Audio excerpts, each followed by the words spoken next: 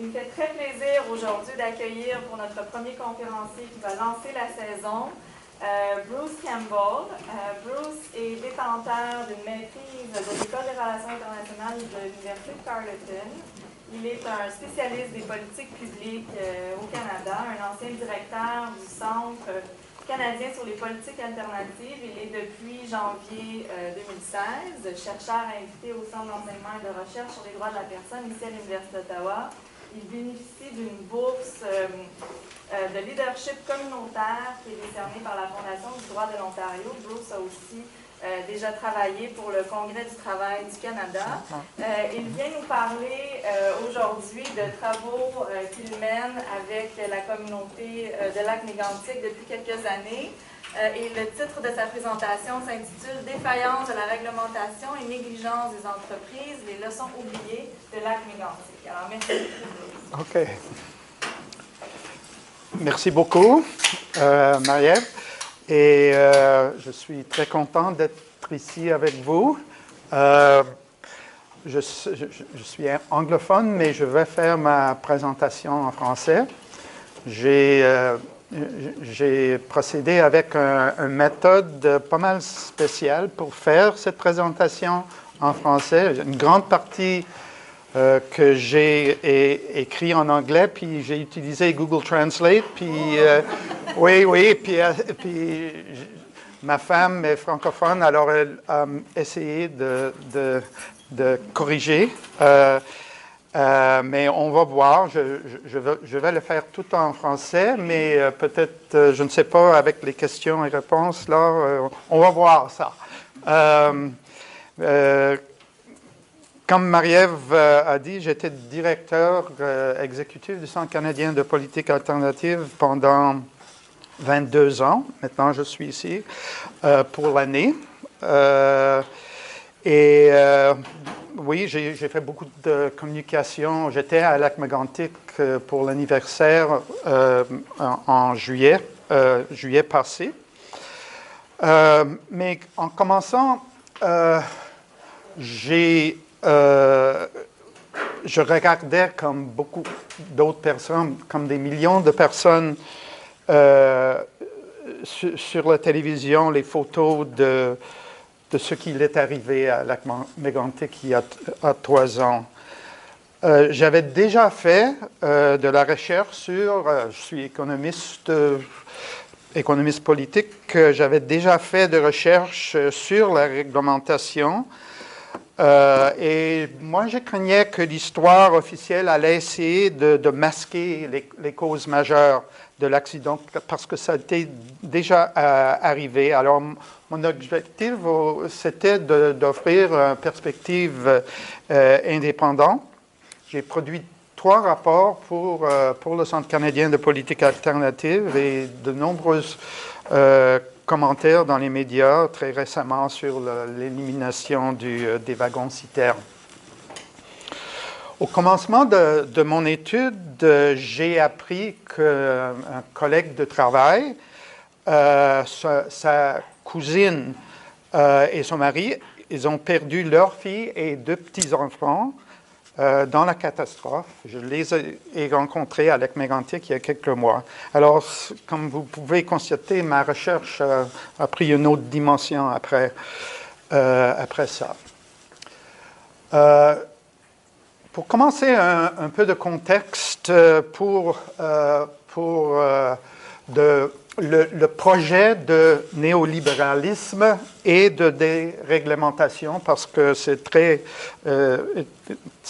connecté avec ce qui est arrivé. Alors, c'est un projet politique des grandes entreprises et investisseurs, commençant à la fin des années 60, dont le but était de renverser le pouvoir croissant des classes moyennes et ouvrières, leurs syndicats et l'État bien-être keynésien ou l'État social dans la période post-Seconde Guerre mondiale a propulsé jusqu'à à peu près 1980 a propulsé une réduction massive des inégalités et le projet néolibéral a renversé cette tendance, augmentant l'inégalité à des niveaux records. Et les champions politiques de ce projet étaient, comme originairement, c'était Ronald Reagan puis Margaret Thatcher. Margaret Thatcher qui disait "There's no such thing as society, just individuals and families." Puis Reagan a dit simplement "The market good, government bad." Alors le message était clair et ça a commencé à changer la relation entre le marché et le gouvernement. Et pendant les 30 ans plus, on sait que c'est le paradigme dominant maintenant. Ces outils principaux, c'était l'austérité monétaire, des réductions de dépenses et d'impôts massifs, ça c'est l'austérité fiscale, la privatisation, la déréglementation et le soi-disant libre-échange. Alors, en ce contexte, la mondialisation est devenu le terme définissant de ce projet. Et le Canada a fait partie de ce projet, commençant avec Mulroney, mais ensuite Chrétien, Martin et plus agressivement Stephen Harper. Et le rôle actif dans l'économie canadienne a été réduit énormément depuis les années, surtout 90. Juste un exemple, conséquence des réductions d'impôts pour les sociétés et les riches depuis 2000, la capacité fiscale des gouvernements canadiens en total ont rétréci de plus de 100 milliards de dollars par année. Alors, ça a poussé, comme vous pouvez constater, la réduction des budgets d'application de la réglementation. L'abandon de l'application directe nécessite moins de personnes réglementaires, moins de dépenses, et aussi c'est moins de coûts pour les entreprises. Et Mégantic est un résultat de ce projet néolibéral. Et les gouvernements ont de plus en plus délégué aux entreprises le pouvoir de juger elles-mêmes. I should move this slide, juste pour voir les conséquences de l'accident à Mégantic. Déléguer aux entreprises le pouvoir de juger elles-mêmes les risques que leur opération pose à la sécurité publique. Au même temps, ils demandent aux citoyens, alors ils ne demandent pas, mais d'assumer de plus en plus de risques dont la population n'est généralement pas informée et à l'évaluation de ces risques, elle n'est plus capable de participer. La manifestation plus récente de cette tendance et la politique réglementaire du gouvernement Harper s'appelle le Directive du cabinet sur la gestion de la réglementation, ça c'est le DCGR, entré en vigueur à la fin de 2012. Le DCGR impose de nombreux obstacles à surmonter qu'avant un ministère ne puisse introduire un nouvel règlement. Il s'agit essentiellement d'empêcher l'introduction des règlements qui nuiraient à la compétitivité ou augmenter le coût des entreprises. Les gouvernements libéraux précédents ont avancé ce projet aussi, mais utilisant des termes plus nuancés. Règlement intelligent, smart regulation. C'était Harper utilisait red tape ou silent job killer. Mais un ancien conseiller de Harper a décrit l'approche adoptée par le gouvernement comme la budgétisation réglementaire. L'initiative était avancée par une règle unique qui s'appelle 1 pour 1, one for one, qui exigeait que le ministère qui propose un nouvel règlement doit proposer aussi l'élimination d'une règle existante. Aussi, l'évaluation de l'impact d'un règlement proposé devrait inclure un calcul global des bénéfices et des coûts, mais en pratique, ça consistait seulement d'une évaluation des coûts à court terme pour les entreprises. Alors, le gouvernement Harper a créé une culture politique où la réglementation est vue comme un obstacle à la création de richesses par l'entreprise plutôt qu'un instrument indispensable au service du bien public. Ça, c'est les éléments de l'histoire derrière Lac-Mégantic. Dans le secteur ferroviaire, le Transport Canada a progressivement délégué aux entreprises elles-mêmes la responsabilité des règles de sécurité, incluant celles de leur application. Les changements apportés dans les années 90 ont créé une importante restructuration des gros transporteurs ferroviaires, des privatisations qui ont mené à une multiplication des petites entreprises entre Montreal, Maine and Atlantic, MMA, dont la ligne traverse Lac-Mégantic. Des amendements à la loi de la sécurité ferroviaire implémentés en 2001 ont conféré aux compagnies la responsabilité de mettre en œuvre des systèmes, s'appellent des systèmes de gestion de sécurité, SGS, leur permettant ainsi d'élaborer des propres règles et normes dedans d'un cadre général établi par le gouvernement en collaboration avec l'industrie. Ces modifications permettent aux entreprises d'établir elles-mêmes un équilibre entre leurs intérêts financiers et les risques posés à la sécurité publique. Et dans cette nouvelle façon de fonctionner, les inspecteurs fédéraux approuvent les SGS soumis par les compagnies, mais mènent beaucoup moins d'inspections sur le terrain. Alors, c'est qualifié comme co-réglementation, mais en pratique, est en effet une forme d'autoréglementation, une abondante marquée de l'Autorité réglementaire de Transport Canada. Depuis longtemps, le Bureau de la sécurité des transports, ça c'est le BST, a critiqué les règles de Transport Canada. Par exemple, les règles sur les freins, il jugeait bien trop vague, parce qu'il disait seulement qu'un nombre suffisant de freins doit être actionné. Aussi, pour des années, il avertit contre les wagons-citernes. Ils étaient trop risqués pour transporter des matériaux dangereux. Un autre exemple, il ne fallait pas laisser des trains comme ça sur la voie principale sans surveillance.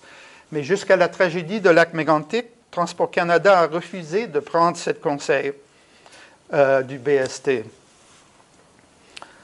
Le rapport du vérificateur général qui était rédigé jusqu'avant Lac-Mégantic, mais il est publié à la fin de 2013, critiquait le processus de système de gestion de sécurité parce que c'est une partie intégrante du règlement, du régime. Le rapport dit, loin d'être une couche supplémentaire de réglementation, en absence d'un fort mécanisme de surveillance à l'inspection sur terrain, en pratique, les compagnies s'auto-réglementent. Le vérificateur général aussi signalait qu'il y avait un conflit d'intérêts entre l'intérêt public et l'intérêt privé. Et on sait que le public canadien, d'après des sondages, le confirme, croient en grande majorité que la première priorité du gouvernement est de protéger la santé et la sécurité de l'environnement. Il ne fait pas confiance aux sociétés pour s'auto-réglementer. Et ce n'est qu'après une catastrophe majeure que le public perd la confiance dans la capacité du gouvernement de leur protéger. Et ce n'est qu'après une catastrophe que les échecs du régime réglementaire apparaissent. Not sure where I am. OK. Beaucoup de catastrophes présentent des aspects communs d'échecs réglementaires, qu'il s'agisse, on sait, le crise financière de 2008-2009, la catastrophe du plateforme pétrolière Deepwater Horizon. Il y a un film qui va sortir bientôt qui s'appelle Deepwater Horizon. À la fin de septembre, je viens de le voir sur la télé, de Fukushima. Plus proche de chez nous, Walkerton, Westray Mine. Et les aspects communs sont comme des règlements vagues, le manque d'inspection pour vérifier la conformité avec la réglementation, le manque d'instruments de pénalité pour faire respecter la réglementation, le manque de volonté de sanctionner les infractions des sociétés, etc. Moi, j'ai fait beaucoup d'investigations sur ce concept de capture réglementaire. Je pense que c'est la traduction en français, en tout cas. Ce n'est pas un concept très connu, mais dans le contexte de Transport Canada, c'est la relation, disons, chaleureuse entre l'industrie et Transport Canada. Et ça peut appliquer à d'autres secteurs aussi. Mais il y a capture réglementaire lorsque celle-ci est régulièrement amenée à servir les intérêts privés de l'industrie réglementée au détriment de l'intérêt public. Et trop souvent, l'industrie est en mesure de façonner des règlements pour son propre bénéfice tout en compromettant l'intérêt public. Il peut bloquer ou retarder de nouveaux règlements, supprimer ou diluer les règlements existants qu'elle estime peuvent être affectés ses coûts. Et c'est plus visible, ce concept de capture réglementaire dans un environnement où le gouvernement est ideologically, I can't even pronounce it in English, fortement disposé à la déréglementation. Et il prospère quand le régulateur est faible, manque de ressources. Et parlons de ressources, un peu de contexte. Ça, c'est le budget, les budgets qui étaient affirmés. Le transport de pétrole ferroviaire a connu une augmentation énorme. Entre 2009 et 2013, de 500 wagons-citernes à 160 000 citernes de pétrole brut en 2013. En 2009, il y avait un inspecteur de la sécurité de rail pour 14 voitures. En 2013, il y avait seulement un inspecteur de sécurité pour 4000 wagons-citernes. Alors, un changement énorme. C'est sûr que le volume a diminué beaucoup en 2016, mais l'Association canadienne de producteurs pétroliers prévoit que ça va augmenter encore le transport de pétrole par rail dans les prochaines années. Et d'après moi, capture réglementaire, c'est un facteur majeur qui a contribué à l'acte mégantique. Et je vais vous donner un exemple. Et l'exemple, c'est la question des trains avec un équipage de seule personne, Single Person Train Operations.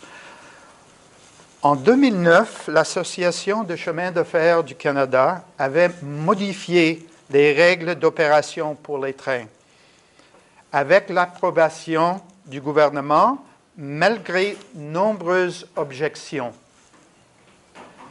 Entre autres, ils ont introduit une règle qui s'appelait « Règle générale M ». Auparavant, il n'y avait qu'une compagnie de chemin de fer autorisée à opérer un train à une employée et elle bénéficiait d'une exemption explicite du ministère pour le faire. Mais il devait remplir 69 conditions strictes pour pouvoir opérer. MMA voulait, mais il n'a pas pu atteindre ces standards. Alors, avec le règle générale M, elle a balayé tout ça. Il n'était plus nécessaire d'avoir une exemption ministérielle avec des conditions strictes. MMA a pris l'avantage de ce changement et s'est adressé de nouveau à Transport Canada. Et le lobby ferroviaire a appuyé MMA pour sa demande, bien que le syndicat des ouvriers de la compagnie, les syndicats en général, le syndicat des employés du transport qui organise les inspecteurs à Transport Canada se sont déclarés contre. Les fonctionnaires de Transport Canada ou du Bureau de Québec, ils étaient opposés. Transport Canada avait même commandité une étude du Conseil national de recherche sur ce sujet. Son rapport soulevait des drapeaux rouges. Il recommandait de faire une étude de pilote en s'entendant sur le parcours à retenir et en veillant à ce qu'il ait une évaluation sérieuse avant la poursuite. Malgré ces critiques, Transport Canada a donné la permission à MMA de procéder. Comment MMA, avec un très mauvais record en matière de sécurité, a été autorisé à opérer des trains avec un équipage d'une seule personne? Le résultat du lobbying, de la pression politique, avec la collaboration des autres fonctionnaires qui pensaient que les compagnies avaient toujours raison, ou peut-être une combinaison des trois. C'est sûr que c'est une question sans réponse.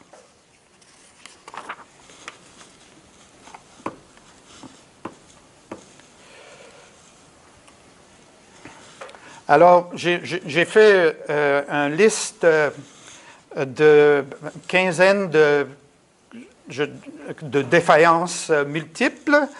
D'après moi, la défaillance, c'est plus attribuable à l'interaction de nombreuses défaillances qui sont mutuellement renforcées à leur effet cumulatif, jusqu'à ce qu'ils ont donné lieu à des conditions propices à une tempête parfaite. How am I doing time-wise? OK. Beaucoup de temps? Beaucoup de temps? OK, je vais vous donner un exemple, parce que j'ai fait ça dans mon rapport de commencement de 2015, après le rapport du BST. Et je n'ai pas identifié comme échec ce qu'il a révélé à une investigation du Globe and Mail, qui a découvert que la compagnie avait donné explicitement pour instruction à leurs employés de ne pas activer le frein automatique sur les wagons. Le rapport BST a abordé cette question, mais il a enterré dans son rapport. Il y a 3 freins sur les trains. Le frein indépendant sur les locomotives, le frein automatique sur wagon et les freins à main. On connaît l'histoire des freins à main parce qu'elle a été discutée publiquement beaucoup. L'ingénieur a mis 7 freins à main au lieu de 9 spécifiés par la compagnie, mais le BST a conclu que stationné sur une telle pente raide, il aura fallu mettre au moins 20 freins à main.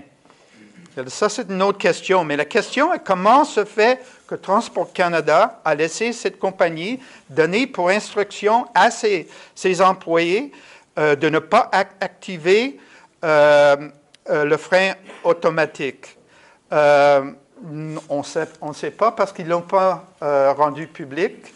Et I'll say this in English. The BST concluded that would have held, that automatic brake, if it had been set, would have held the train for, at least, 12 hours, en tout cas. Le rapport BST, en 2014, c'est sûr qu'il y a d'autres investigations, mais ça, c'est le plus complet, et le gouvernement veut que ce soit le dernier mot sur la tragédie. Mais sa conclusion de 18 causes, on dit ça toujours dans les médias, 18 causes et facteurs contributifs, c'était la conclusion du BST. Et d'après moi, ça traite Transport Canada trop légèrement. Et d'après moi, il soulève des questions sur l'influence de l'industrie et le niveau politique qui ont maquillé les conclusions. Et je vais vous donner l'exemple de l'omission comme cause d'un seul équipage qui n'a pas été considéré comme une cause de l'accident. Cependant, ceci a été inscrit à plusieurs reprises comme une cause dans les versions préliminaires du rapport du BST. Moi, je sais, parce que j'ai vu ces documents, pourquoi ils ont effacé ou ils ont transféré dans la catégorie de risque.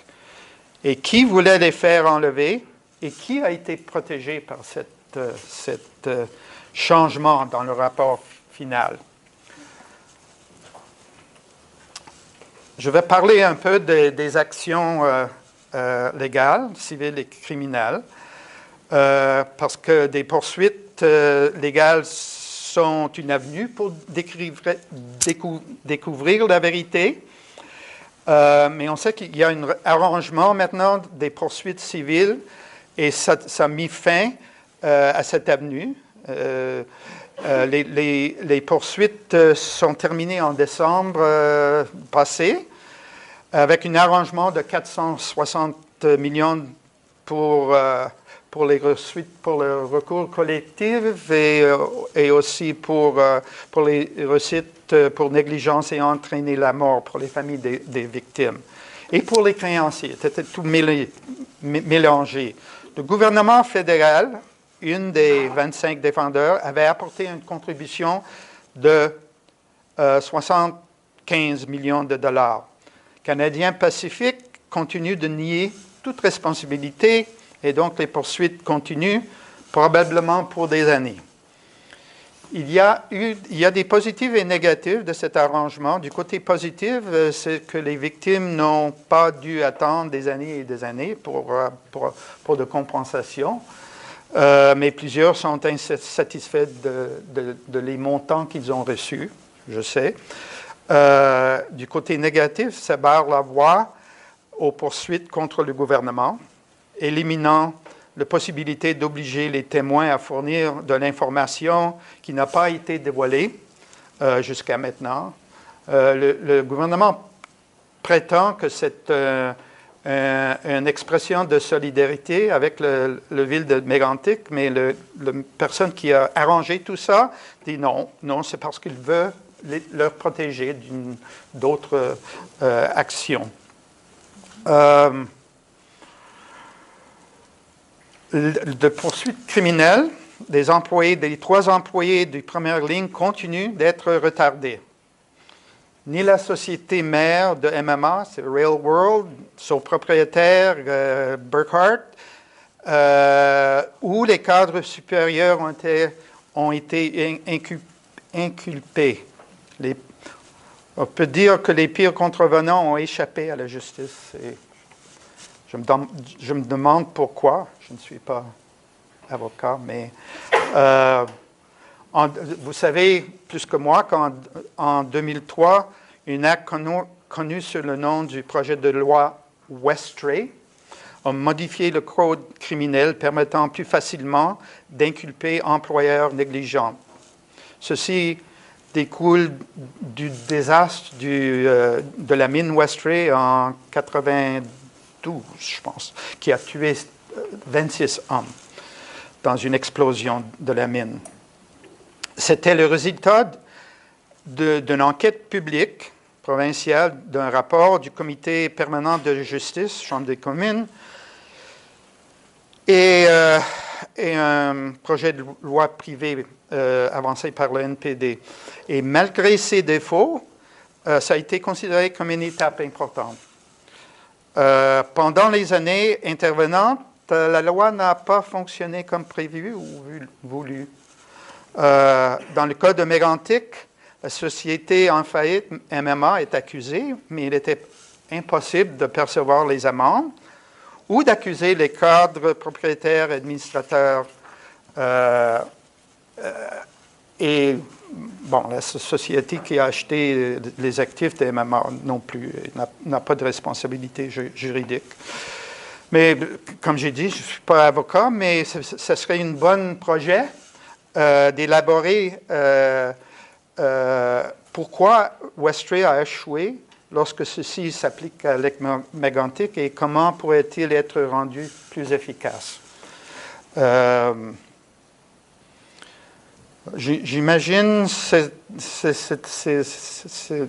la faiblesse de loi reflète en partie la propension des gouvernements à équilibrer la sécurité publique avec le bien économique, à la concurrence des investisseurs, et que bien économique ne doit pas être mis en danger par les lois qui condamnent criminellement les sociétés considérées comme essentielles à la bien économique. Quand cesseront-ils de se renvoyer la balle? La responsabilité de l'échec, d'après moi, revient au plus haut sommet. C'est là que se situe la responsabilité de compression budgétaire, de déréglementation, de culture réglementaire, etc. Et pourquoi les autres fonctionnaires, les politiciens, l'industrie ferroviaire et pétrole ont échappé à la responsabilité? Les hauts fonctionnaires de Transport Canada n'ont jamais été identifiés et tenus responsables de leurs décisions concernant MMA. Est-ce que les leçons de lac Mégantic ont été apprises? Bon, 3 ans après la tragédie, le Transport Canada a fait des petites étapes.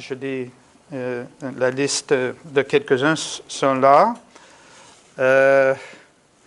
Mais ce sont très loin d'être suffisantes.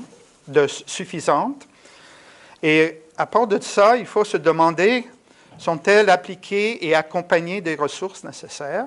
Non. Sont-elles trop vagues et faciles à tourner? On ne sait pas. Avec le temps, sont-ils affaiblis, dilués ou abolis, victimes de pression de l'industrie? Seront-elles transparentes et ouvertes à l'examen indépendant? Ou seront-ils cachés derrière un mur secret? L'industrie, réponse de l'industrie, ils n'ont pas admis à leur responsabilité. Ils ont renversé déjà des règlements interdisant les trains transportant les biens matériaux dangereux.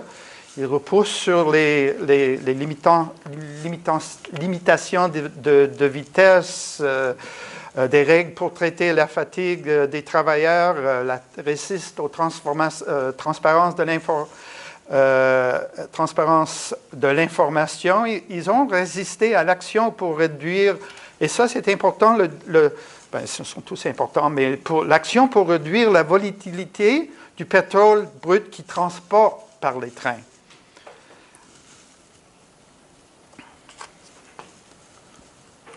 Oups.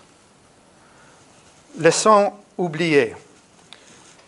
Les trains de pétrole massifs continuent de fonctionner sur les voies sous-maintenues à travers des zones urbaines, parfois à des vitesses excessives. Les déraillements de trains transportant de marchandises dangereuses sont en augmentation.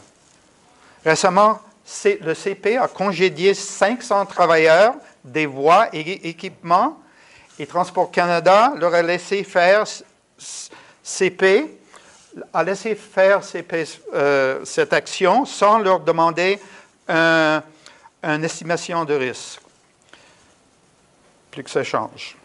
Les questions d'immobilisation des trains ne sont pas encore fixées. Le nombre de trains qui partent à la dérive augmente. Même les modèles plus avancés des wagons-citernes sur le CPC 1232 transportent des marchandises russes qui continuent à perforer et leur huile exploser récemment dans l'État d'Oregon, où une catastrophe était évitée de justice. Et ces voitures seront autorisées à continuer à porter de l'huile volatile à travers des villes d'Amérique du Nord jusqu'en 2025, quand leur plus fort remplacement s'appelle le TC ou le DOT 117 sont entièrement en place. Les mesures de surveillance qui sont indispensables, comme j'ai dit, à un régime sécur de réglementation, notamment fréquentes inspections sur place à l'improviste, sont encore très insuffisantes. Sans eux, les entreprises sont encore dans la pratique de s'autoréglementer, compromettant la sécurité lorsque celle-ci est en conflit avec les profits. Les relations entre l'industrie ferroviaire et le Transport Canada continuent d'être dans le secret. Communication avec le public sur les marchandises dangereuses qui traversent la communauté est toujours problématique. Les organismes de réglementation de Transport Canada continuent à manquer de ressources nécessaires pour être un contre-pouvoir à l'industrie.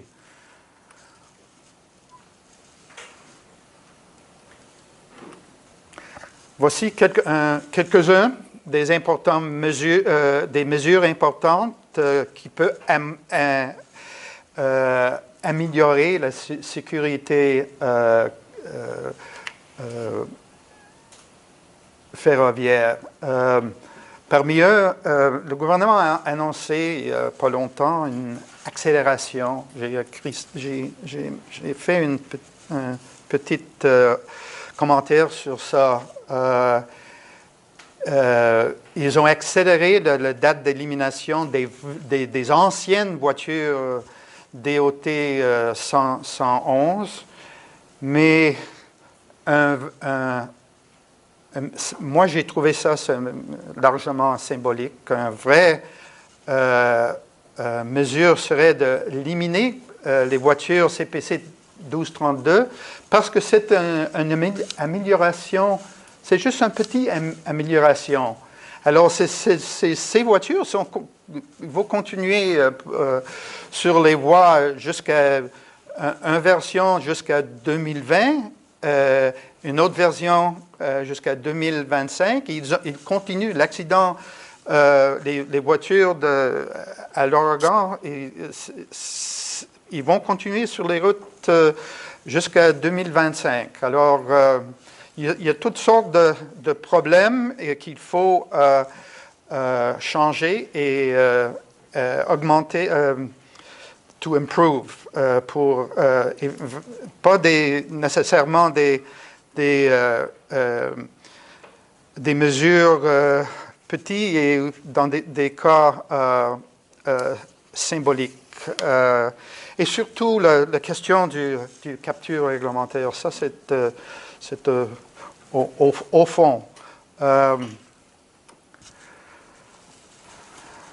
Ma conclusion. La